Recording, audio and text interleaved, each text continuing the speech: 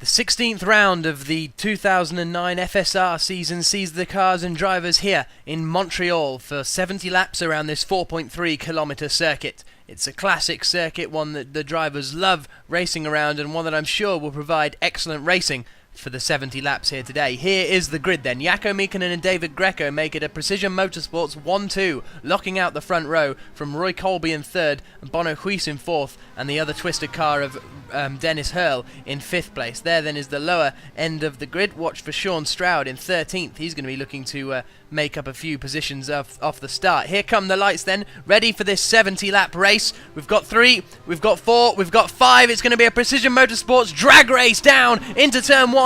As the way they go, it looks like it's Mykkänen who has got the lead. Indeed he has, manages to hold it. Colby's looking at the inside, but in fact he's under pressure from Huis a bit further back. Huis looking at the inside, but he's not going to make it through as they come out of turn 2 and down into the chicanes at 3 and 4. This is a tricky little complex to get right and very easy to end up in the wall, but they seem to make it through there. It is still Bono Huis in 4th position. This is on board with Sean Stroud now, down in 11th position as he battles with Blair Disley, that is, in front of him.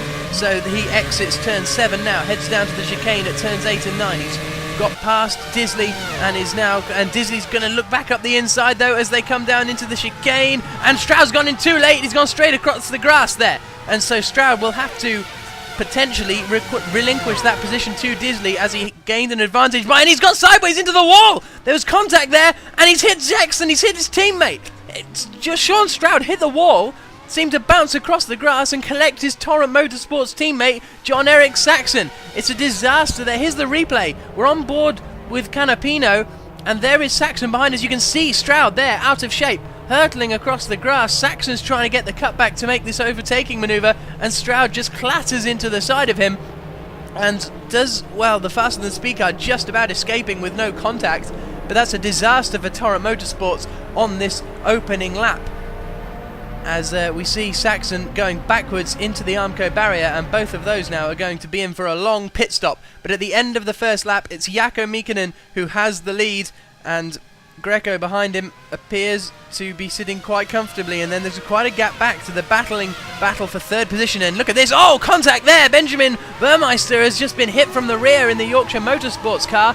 Not quite sure who it was that collected him from the back, and now we're looking at Meglik coming down into turn 1, battling away as they Marconi's in there, I think that is, and Sven Hess, as they head up now towards, oh, a little bit of contact, a little bit of squeezing, just about getting away with it as they come into the chicane at 3 and 4 and head out again. So action all throughout the field here, and we're now on board with Bergmeister. Let's see what happened here.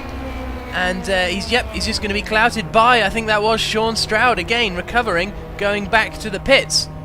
Yes, it was. Sean Stroud going back to the pits, just clouts into the back of Burmeister. So that's an absolute disastrous first lap for Sean Stroud. And Bergmeister, well, let's hope he can keep going. Have to wait and see. It's Tihikari, the Finnish driver, driving for DHR, and he's spun off the circuit. A slight tap into the barrier. Probably won't do too much damage. He'll light up the rear tyres, do a donut, and get going again. And hopefully he can. And there is Burmeister leaving the pits after being repaired. So he's now a lap down, I think, at least, as he comes out of the pits. So he's got a lot of time to make up. And he gets nicely out of the way of the cars coming through to lap him, and then he will get on his way. Well, points are probably a bit out of the question. Now we're watching Rasmus Tali further down the field, battling with Karim Wisenberg as they head down into the final chicane. Can't take too much of those anti-cuts because they'll spit you off into the wall of champions on the outside, but we're on board with Tali then as we come over the start-finish straight. He's picked up a nice tow from Wisenberg's car as they head down into turn 1, but not quite close enough. There's another car behind them ready to take any advantage if these two make any mistakes as they head out now through turn 2. Now we're watching David Greco coming through the chicane.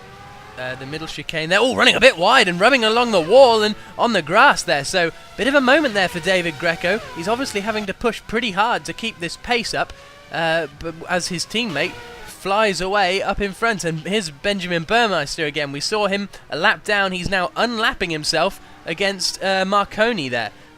So, well, he's trying to anyway. He's got the slipstream and he's gone past Marconi. So Burmeister definitely had the speed, and that first lap collision is really costing him as he unlaps himself past Marconi. He's perfectly entitled to do that, really. And he has done it into the final chicane. So Burmeister on a charge. Andrei Yakomenko then coming up the outside as they come down into the hairpin. This is with Dale Carrick, I think. And yep, Chuck's back for 13th position. They're going to be side by side and coming down the back straight. Tikahari's in there too, in fact. So side by side as they come down into the chicane. Will Yakomenko be able to hold the inside line and take the position? No, not quite. Not quite. Good driving there from both of these guys as they come across the line. 3 of them coming across to start another lap. We've got 64 laps remaining out of this 70-lap race. And here's Bono Huis in 4th position, under pressure now from Dennis Hurl in the Twister racing car as they come into the final chicane.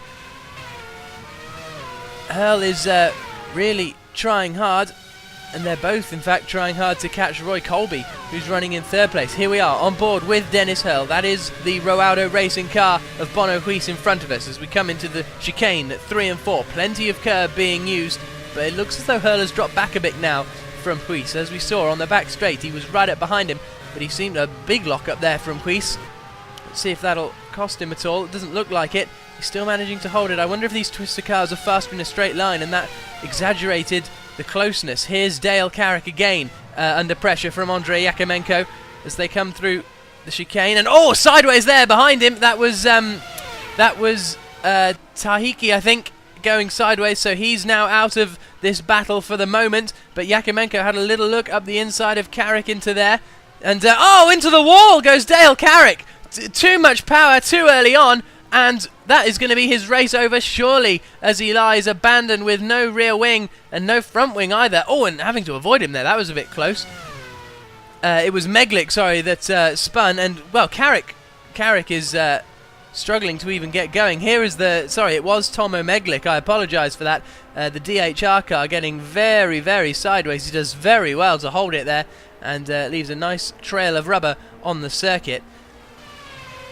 And there he is now recovering. Oh, and he's getting sideways again, and he manages to hold it. So Meglik really having a difficult time out there. His 8th position man, Karim Wiesenberg, as he is battling with Florian Becker. And Becker's looking up the inside into the chicane, but he's not quite close enough. And oh, Wiesenberg has outbraked himself there and gone straight across. And is that going to give Becker a chance? Yes, Becker goes through into the final points-paying position. But we've only had 9 laps gone in this Grand Prix. Further back, Timon Bollier now is in a battle with Sven Hess on lap 9 as they head down into the hairpin. Bollier looking up the inside and making it through. A good clean manoeuvre. Sven Hess left him plenty of room. Good clean racing further back down the order. So that's Bollier up into 15th position as they come down the back straight once more and heads down, and further in front it looks like there's a bit of a battle going on, and indeed it is Fausto Pappalardo, I think, yep, in the Diamond Racing team, closing down on Giuseppe Marconi. Marconi goes defensive pretty early on, but Pappalardo, I think, has got the momentum, and Marconi's going to try and hang it up the inside, but Pappalardo's gone right around the outside of 1, held the inside for 2, and takes the position. So good movement there. And so there are the 2 precision cars out front. Then it's 3rd, Roy Colby. 4th, Bono Huis. 5th is Dennis Hurl. And then further back down the order we go. There's some close battling there between the 2 Torrent Motorsports cars. But here we are on board with race leader Jaakko Miekkinen. And whoa, that was Sean Stroud spinning. Incredible. He's obviously got it wrong there. And has ended up facing backwards. Well, Miekkinen did well to keep his cool and avoid Stroud there. Here's a replay. Stroud down in 19th position. Just got it all wrong and then spun back onto the racing line. Donutted in front of the race leader. That is madness driving from Stroud, and he nearly took out 2nd place man David Greco as well. So that's a well, disastrous piece of driving from Stroud, really. And we're back with this battle between Bollier and Marconi for 14th position, heading down into the hairpin. Marconi decides not to go defensive. Bollier has a little tiny look up the inside. He's not going to quite, we might get his nose in there, but let's see. We got past Pappalardo pretty easily earlier in the race with Pappalardo got past Marconi rather earlier in the race, so perhaps Marconi is running higher wings and therefore slower in a straight line, and indeed Timon Bollier looks like he's got through as they're all very close there, side by side, and Marconi has to cut across the chicane, but Bollier just about made it through.